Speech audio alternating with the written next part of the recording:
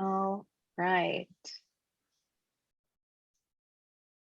We are going to go ahead and kick things off here. Debbie, if you don't mind, just continuing to let folks in the room. So good morning, everyone. Welcome to Data for Decision Making, presented by Nielsen IQ. My name is Katrina Tolentino, and I am the Executive Director of Naturally Austin. Also, we had some news that went out yesterday. I recently also took a new role to be the Executive Director of the Naturally Network. So a little bit of context around that. Naturally Austin is part of the Naturally Network. There are 8 Naturally cities across the country. So really excited to continue to serve all of you in a bigger way.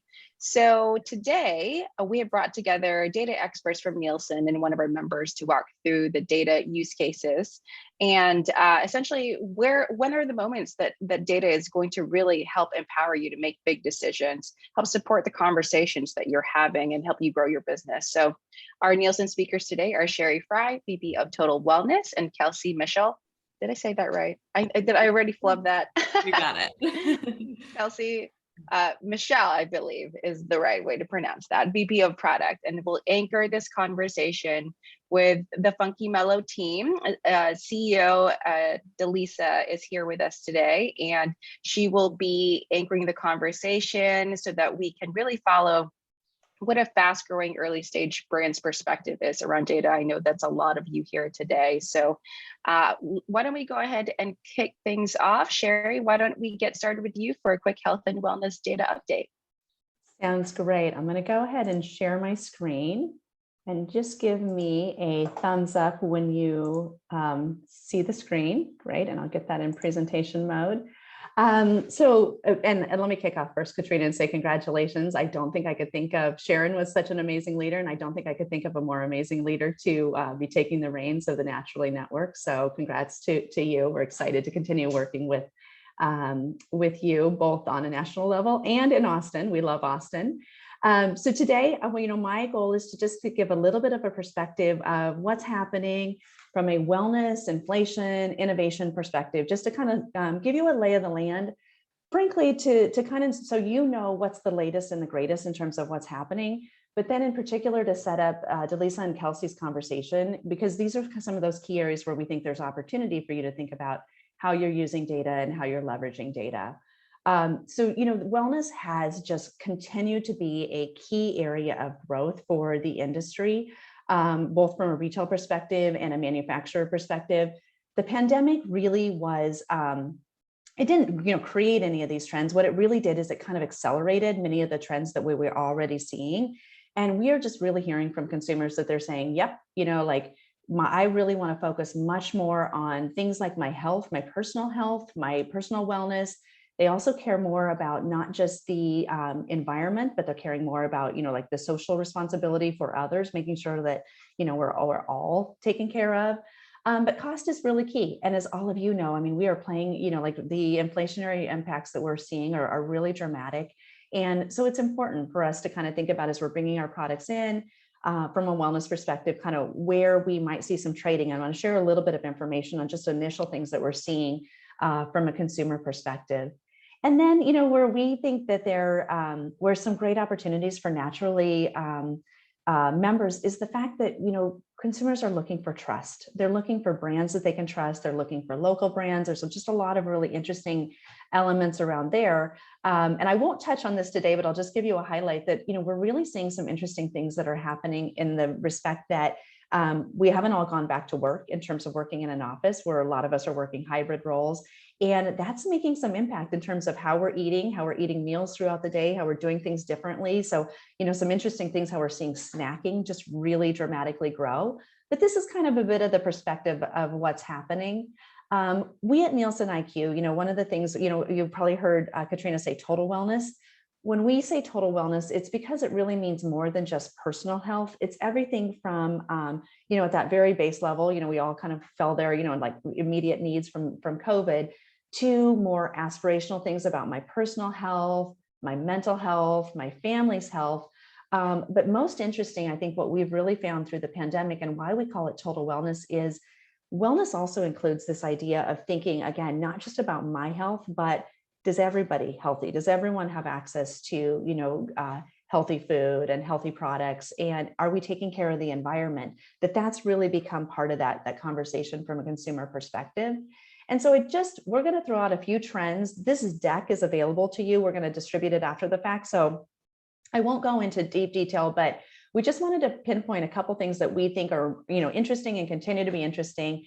Plant-based is one of those. We're continuing to see growth across the store, both from consumers searching for this information, but also in terms of ingredients. And again, it's not just in food, it's in pet, it's in beauty. We're excited to work with Delisa here today, a really awesome plant-based product. So just wanted to share a little bit about, the trends around plant-based.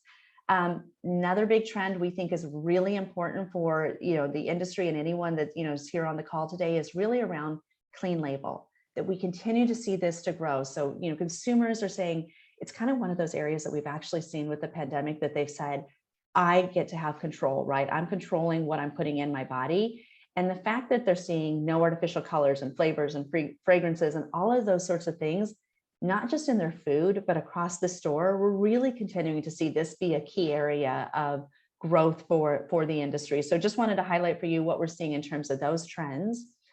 And as I mentioned, the whole idea that, it really is not just about my personal health. It's, how are we taking care of others?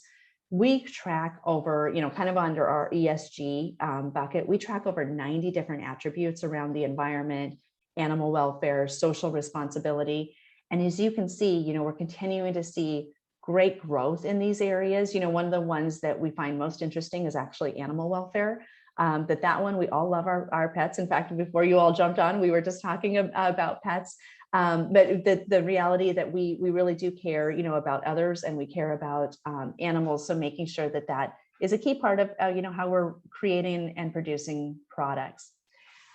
I can't do a presentation these days without talking about inflation. That is such a key topic. And obviously, we're seeing that our prices across the board are continuing to rise. We're almost at 10% inflation here in the US. And, what we're seeing is that's impacting not just our everyday pricing from a consumer perspective, but also promotions, what we're able to actually offer in terms of discount. And, we're seeing some nuances across the departments, much higher inflation in pet and household versus some of the other categories that we're seeing. So just a little bit of a perspective, why this is obviously important to you is this is a big topic of conversation as you're going in and having those sales conversations and kind of strategy conversations with your retail partners. And also because this is just a little bit of information where we're just trying to look at what's happening in terms of trading. And we are starting to see a little bit of trading that is occurring from a national brand to private label. We don't think anything to get like super worried about yet, but just, there's a little bit of consumers as the basket's getting more expensive for them overall, where they're starting to make some shifts. One of those is into private label. The second is, and again, this is nothing that we think to get worried about, but when we look at the latest 4 weeks, you can see there on the far left versus the latest 52. Again, we're starting to see a little bit of shifting where consumers are shifting a little bit out of natural and into conventional. Now, these aren't major, but we just wanted to kind of put the perspective in front of you that we know that this is going to happen. One of the big things that's happened through the pandemic was we've got a wide variety of consumers, very polarized, right? We've got people that are thriving, that actually, are getting jumping jobs, getting pay increases, completely insulated. And then on the other end of the spectrum, we have people that are very dramatically impacted. And then about, 3 groups that are in the middle. So not everyone is making trading behavior, but we're starting to see just a little bit of shifting that we wanted to make sure that you were aware of. The last area, and we think it's an interesting area of opportunity for you, is the fact that we're starting to see innovation slowing. This is actually a look at the EU and the US from 2019 to March of 2022. And you can see that innovations are slowing. Now, part of this is being driven by supply chain, and manufacturers that are kind of saying, we're going to just take what we have and we're going to really focus on the products that we have. The reason we think this is important for those of you on the call is we know that when you innovate, and you especially innovate in times of distress, you actually can retain relevance. You can drive your sales and drive your growth overall. So we think it's a perfect time actually for many small and emerging brands to really capitalize on the opportunities with retail. And with that, I want to turn it over to Kelsey and Delisa, because I think a couple of these areas are topics where we really want to dive in and show you how to use the data. Perfect. Thanks, Sherry. And thanks for teeing it up so nicely with the innovation as an area of opportunity. So we thought it would be great to have a conversation with Delisa sharing, right, as a innovative brand, how that came to be, right, and a little bit about their story. And then I'm going to share throughout that conversation some information and some examples of data and how you can use data throughout your product journey in order to help you feel confident in making decisions, or potentially talk to investors about the decisions you're making, and ultimately the retailers as you look to gain distribution. So with that to start, so Delisa, we were having conversation and I loved hearing your brand story, and like a lot of brands out there, your first ideas and iterations is not where you are today. So if you could just start by sharing a little bit about your journey and how you landed on your products that you have in market today. Yeah, thanks, Kelsey. Absolutely. So we currently make plant-based marshmallow cream, and it's sold in stores right now. But as to Kelsey's point, we didn't start there. I think 3 years ago, probably even further. I can't even remember. But we started at farmers markets selling Rice Krispie treats, because with our dietary restrictions, we couldn't really find much when we went out to restaurants. It was like fruit, and that gets old after a while for dessert. So we wanted to create something that was fun and innovative. And so we sold at farmers markets with the Krispie treats. And then we kind of shifted towards retail with marshmallows because there's only like one main vegan marshmallow out there, and it's not very clean. So we realized that it took a lot of, a lot of tools and a lot of money to make marshmallow shelf stable. So we then pivoted back towards cream. And this is an idea we've always had for a while, because it's so versatile, and you can do so much with it. So that's where we are today. It feels like we've done 3 businesses under one umbrella, but yeah, and I think the being able to iterate quickly, right, and meet it started with your need, but you're representative, right, of customers, and I think that's where. In a lot of cases, right, the retailers are looking for data to support that. So I, throughout this conversation, am going to share my screen and just share some of the reports that are available and how to use them as you're having these different business pivot points throughout your company's journey. And so just briefly to take a step back, this is a Nielsen Iq platform called Bizer that was specifically built for small emerging brands to take advantage of data in a way that's easier to digest, more analytics done for you, so you don't have to spend a lot of time or monetary investment to get insights out of the data. So this is just one example of one of the reports. So we're going to go through 3 different examples. But what this is telling us, I picked a couple of the categories that are representative of some of the space that the Funky Mello products play in, right? So it can be an alternative for a creamer. It can be a refrigerated topping. It can be a refrigerated dessert type item as well. And so when you take a look at those different products, one, it's a very big segment. So that in total is $6.8 billion. And when you look at the products which are not plant-based versus plant-based, we see that the plant-based segment within these categories are growing at about 12% versus the remaining products are growing at about 4%. So there's 2 key things here that we've highlighted that are important for any emerging brand. One, are you tapping into a big market? 6.8 billion is a big market, right? 2, can you prove that there's growth outpacing, right? That this is going to help you. You're going to be part of something that's accelerating.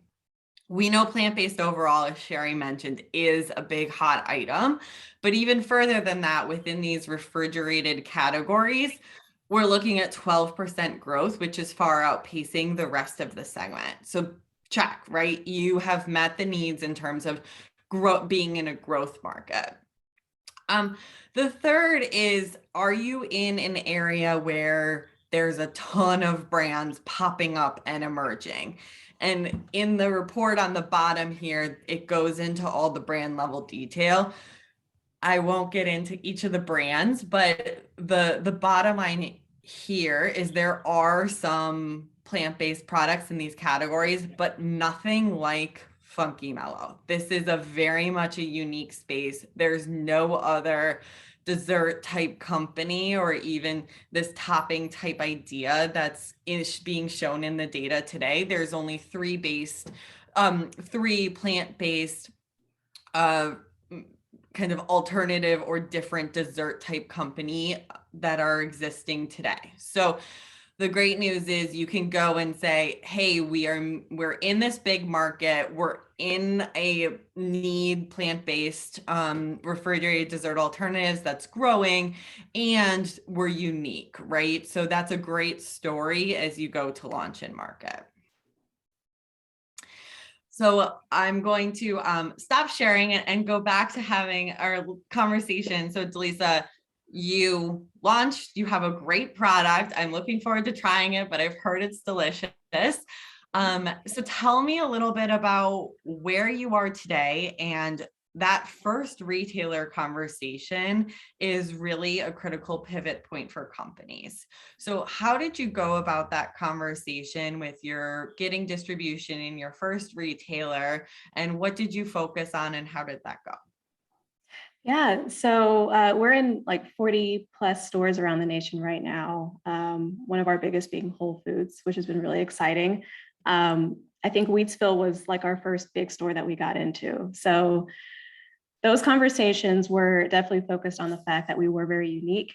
There was nothing quite like us, and we filled the gap in the market when it came to just finding something that was really tasty and nostalgic, like marshmallows, but then also playing on the clean ingredients and the fact that it's super versatile.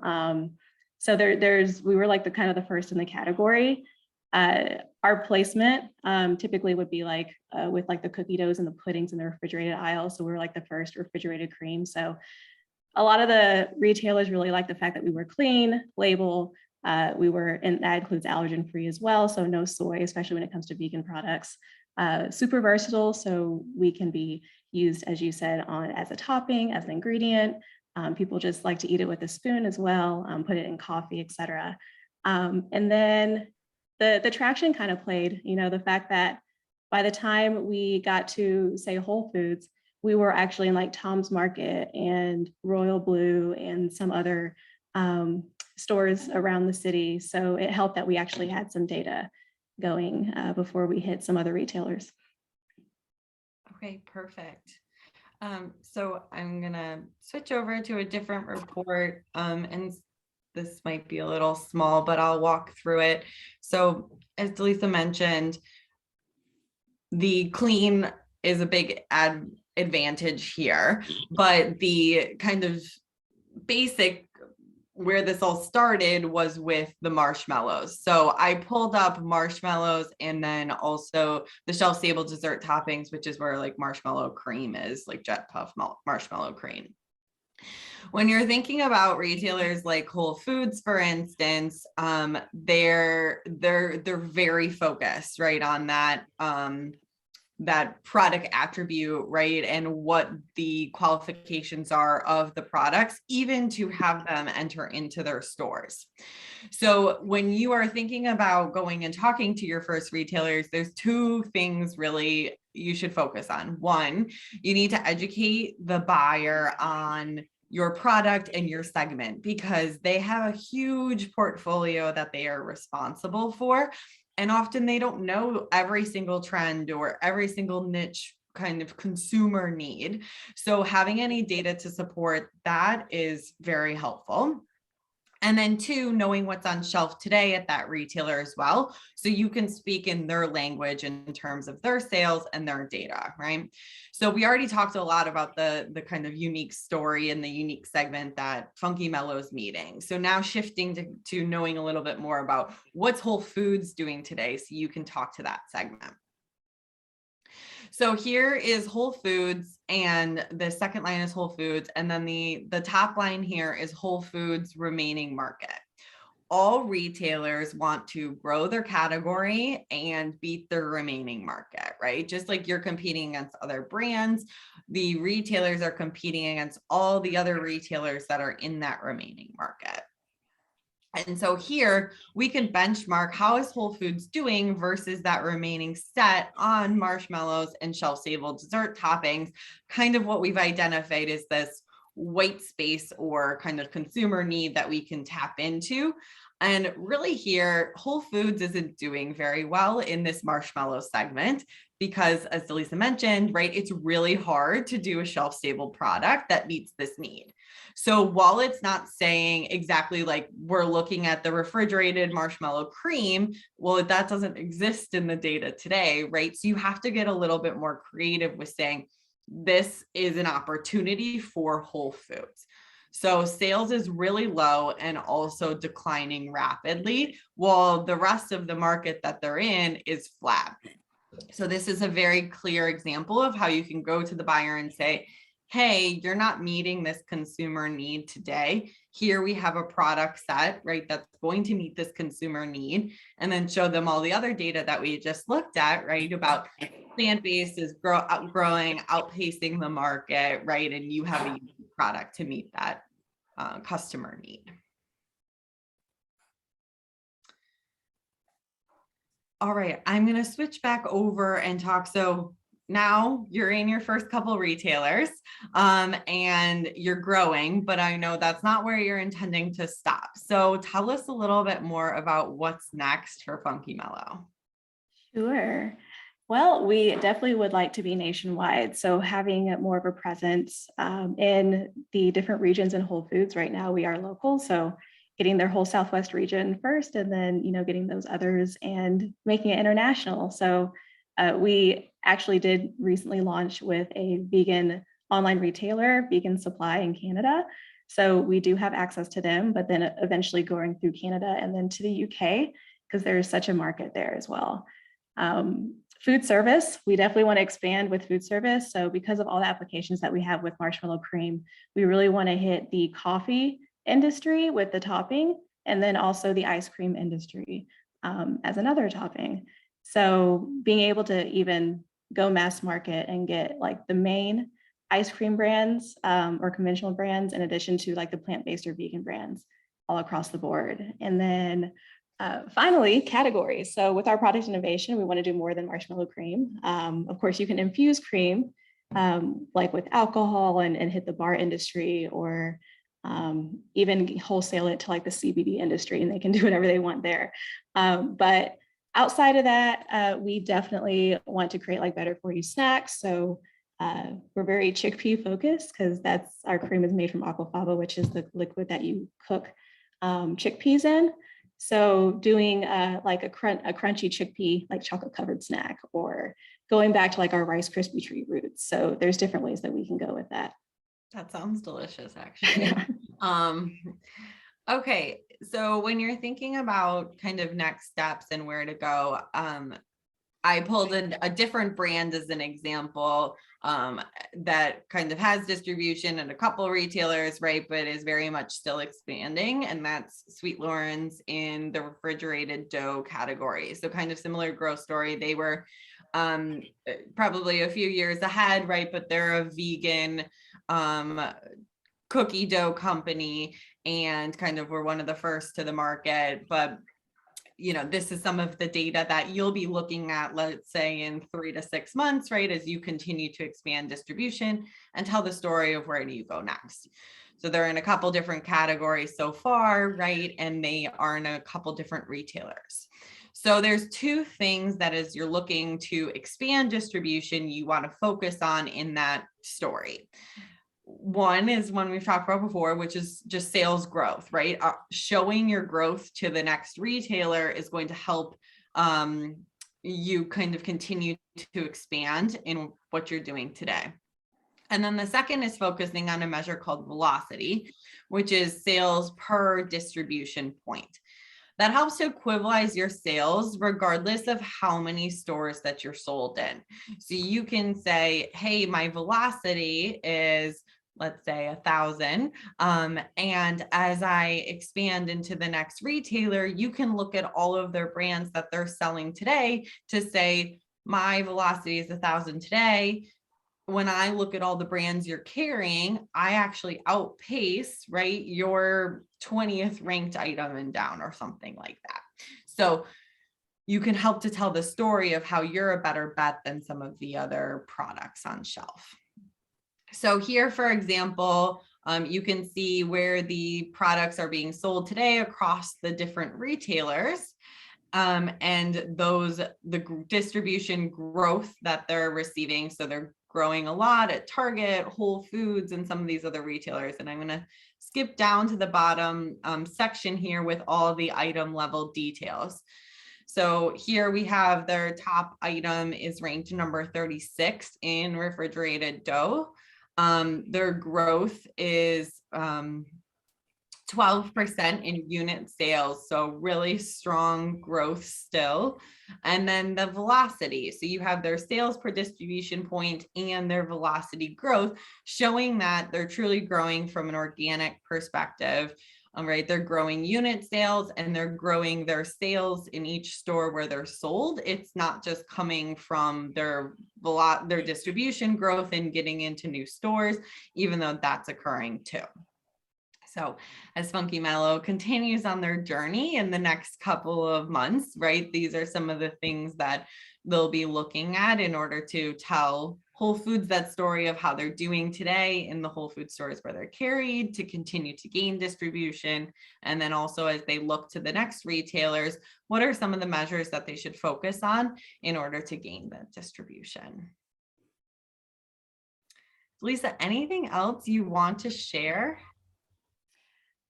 I don't know. If you guys haven't tried our product, please do. We are we're in the six local Whole Foods right now. And we are in Royal Blue, Tom's Market, etc. Reach us on Instagram too, because we love to see pictures of how people use our stuff. But thank you so much, Kelsey, for pulling data and sharing how to use that. It's super helpful for how we're going to continue conversations with getting into more stores. Yeah, thanks for sharing your story. And just before we move on to Q&A, we do through the Bizer platform have some reports available for free. So you can actually sign up to see a category and 3 free reports. No, you don't have to sign any contracts, right? It's just literally you get the 3 free reports for your category where you can look at your brand versus the category overall, up to 10 competitors, and a couple other views as well. So I would encourage you, especially if you're starting to use data for the first time and haven't seen some of those top level trends, right? Some of the things we talked about at the beginning. How big is the category you're in, right? How much is it growing? What are your top competitors doing? A lot of times those are the key places where you need to start, and that's included in this free data. I just want to give a Thank you plug so for much. both Kelsey and Delisa from Funky Mello. As Delisa said, if you haven't tried it, I was telling her I actually took it to a brunch over the weekend and it was an absolute hit with kids and adults alike. Excuse me. And Kelsey, you did a great job. I think that, one of the big things, Kelsey has been a leader on our team in terms of actually developing Bizer. And I think, one of the things that we're really proud about, and I hope you saw today, is that it's very easy. So we're not saying you have to buy a lot of data, have an analyst that analyzes it, where it's very, very focused on specific business issues and topics as you're going into retail or you're talking with investors. So I think, I hope this was for everyone felt like a really good demonstration of 2 awesome products. Thank you so much. I think the big question that I would love to give a little bit more context on, just looking at our attendee list here, we've got a lot of early stage founders on the call. So how should founders be using data on an ongoing basis to really grow their business? You know, I'd love to give a little bit more context around that. I mean, I think that sometimes when I'm talking to early stage founders, they're looking at their data needs from a situational perspective. And I know that we covered some of those, you know, the timing of those situations today, but I would love to give a little bit more context on what does ongoing data look like and how you use that data. That's a great question.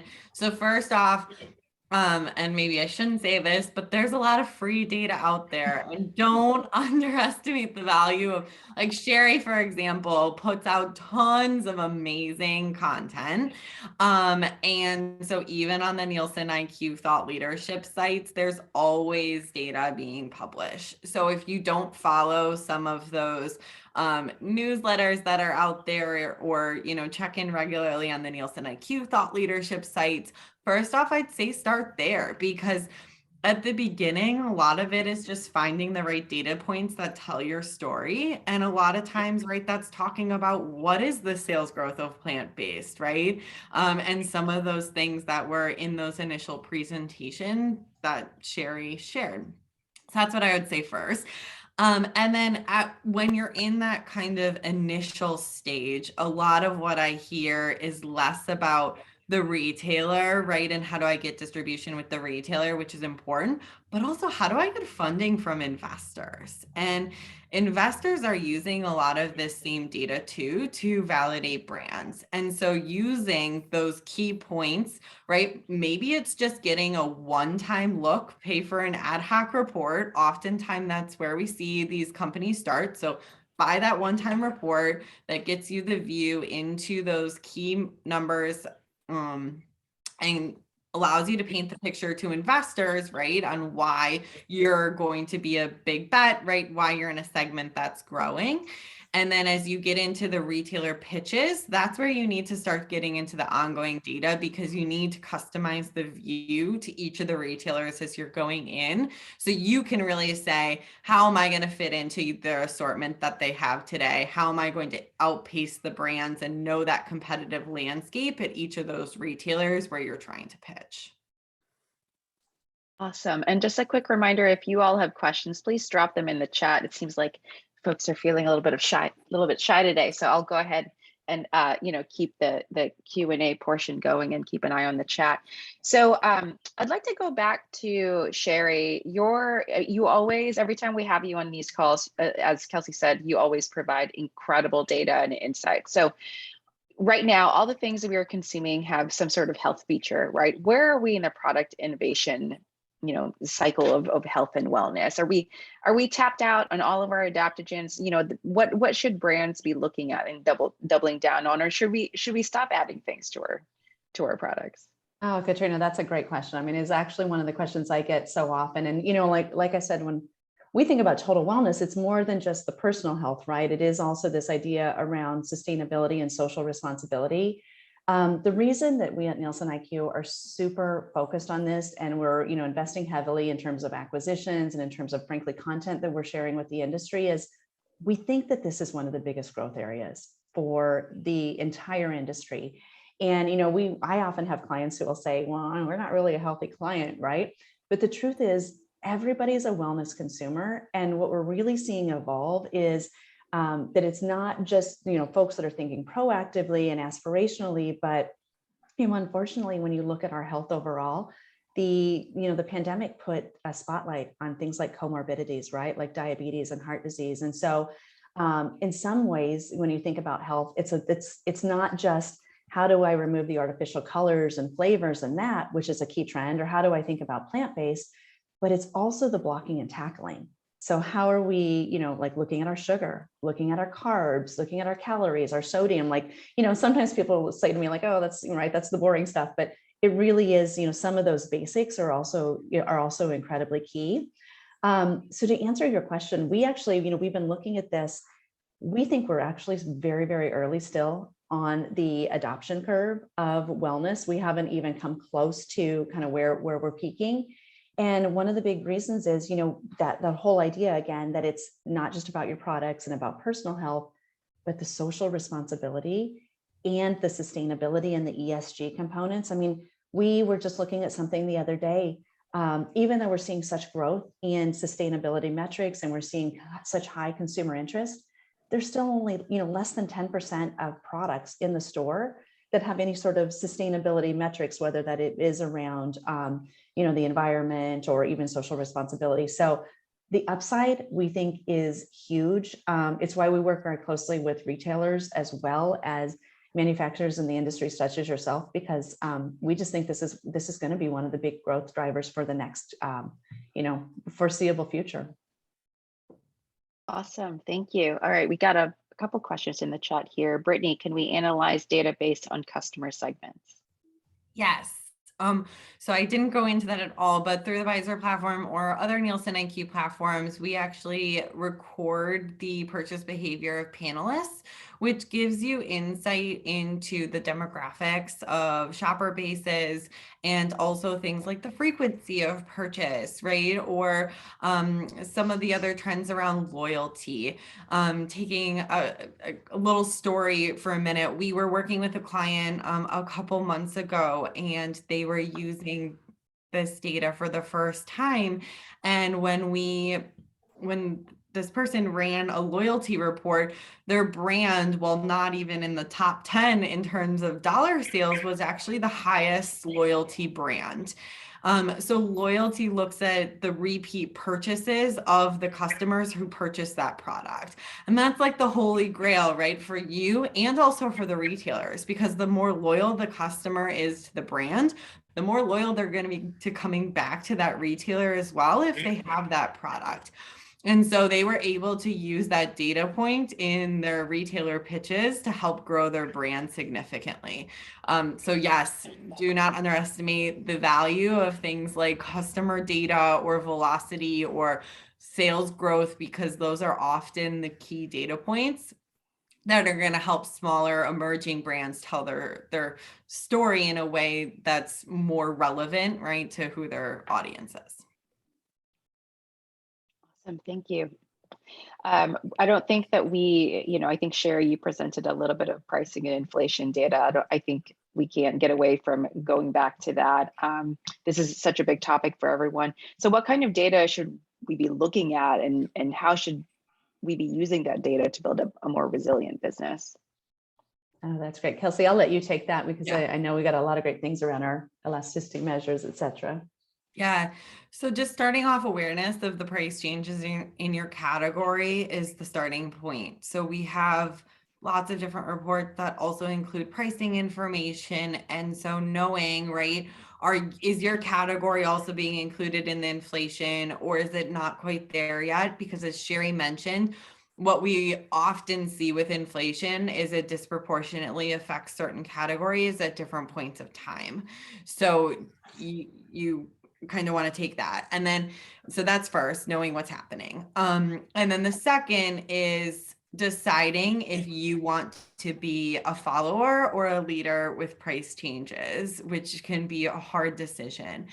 One of the things that you can use to make a decision like that is your product elasticity, how sensitive your unit sales is going to be to changing price. Measures like that typically or historically have only been included in pretty advanced solutions that you can purchase. But now measures like elasticity are actually included in Visor. So you have access to understand for your items, for your products, how price sensitive are they? And therefore, if they're really insensitive and you're being squeezed from a cost perspective, go ahead, take price. You're not going to see the impact in terms of unit sales. But if you are more inelastic responsive, you're gonna want to try and hold on a little bit longer and let some of the other brands potentially start with those changes before you, or at least the price change impact, and then potentially can use other tactics. So a good example, I was working with a brand that due to cost pressures, they were in a meat snack category. Meat, everyone's heard about, like just the prices from a cost perspective have skyrocketed. And they got to a point where they knew they had to take a price increase. And their elasticities told them they were going to have a sales impact that was quite significant. But they were able to simultaneously roll out some new products and launch some innovation at the same time. So while their base business eroded due to the cost increase that they had to take, their new products actually were able to offset that. So being aware of some of those changes too can help you make more holistic business changes all at once. Awesome, thank you. Audience, do you have any additional questions for this team?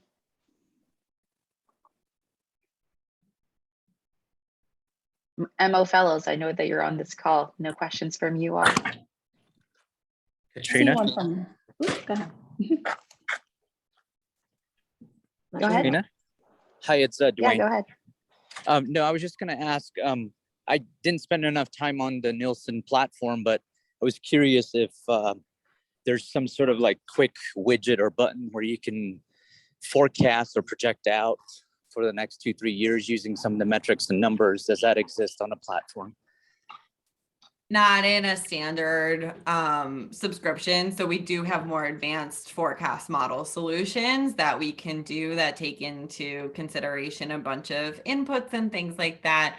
But no, nothing within kind of our basic offerings. You can look at the 3 years of history in terms of growth and start to think about what that could mean for future growth, but you have COVID in there, so it adds a little bit of complication in terms of forecasting. Thanks, Dwayne. So a couple of things. I think we you know, this is a conversation, and we want to be able to provide additional resources to follow up this conversation. So a couple of things that we have coming up at the CPG homeroom on Monday. Will from the Nielsen team will actually be attending that event. So if you want to get started, if you need help kind of walking through how to pull this data, I know that getting started for folks can sometimes be the hardest part. So Nielsen has offered to do office hours at CPG homeroom on Monday, and I'm going to drop that link in the chat so that you can RSVP and attend. I'm having trouble talking today. Super Coffee will also be providing coffee at that event, so it's usually a really great time to connect with people in the community. And then, as far as getting started on the data, here is a link that was previously dropped earlier during the event. This is the link that will give you access to that free data. So feel free to jump in there. And if you need help, getting started, I would highly suggest that you reach out to the Nielsen team after this or attend our upcoming CPG homeroom event. So before we sign off, just last call for questions. Use that data. We used it. It was helpful in our pitch deck, and it helped us have really good conversations. So use it while you have it. Yeah, awesome. Thank you so much to Nielsen for joining us today. I know that this is an incredibly important conversation. This is currently being recorded. We'll publish it to the group afterwards, and also all the links that we talked about today. So thank you so much for being here, and we will see you at an upcoming event soon. Hi, everyone. Thank you. Thanks so much.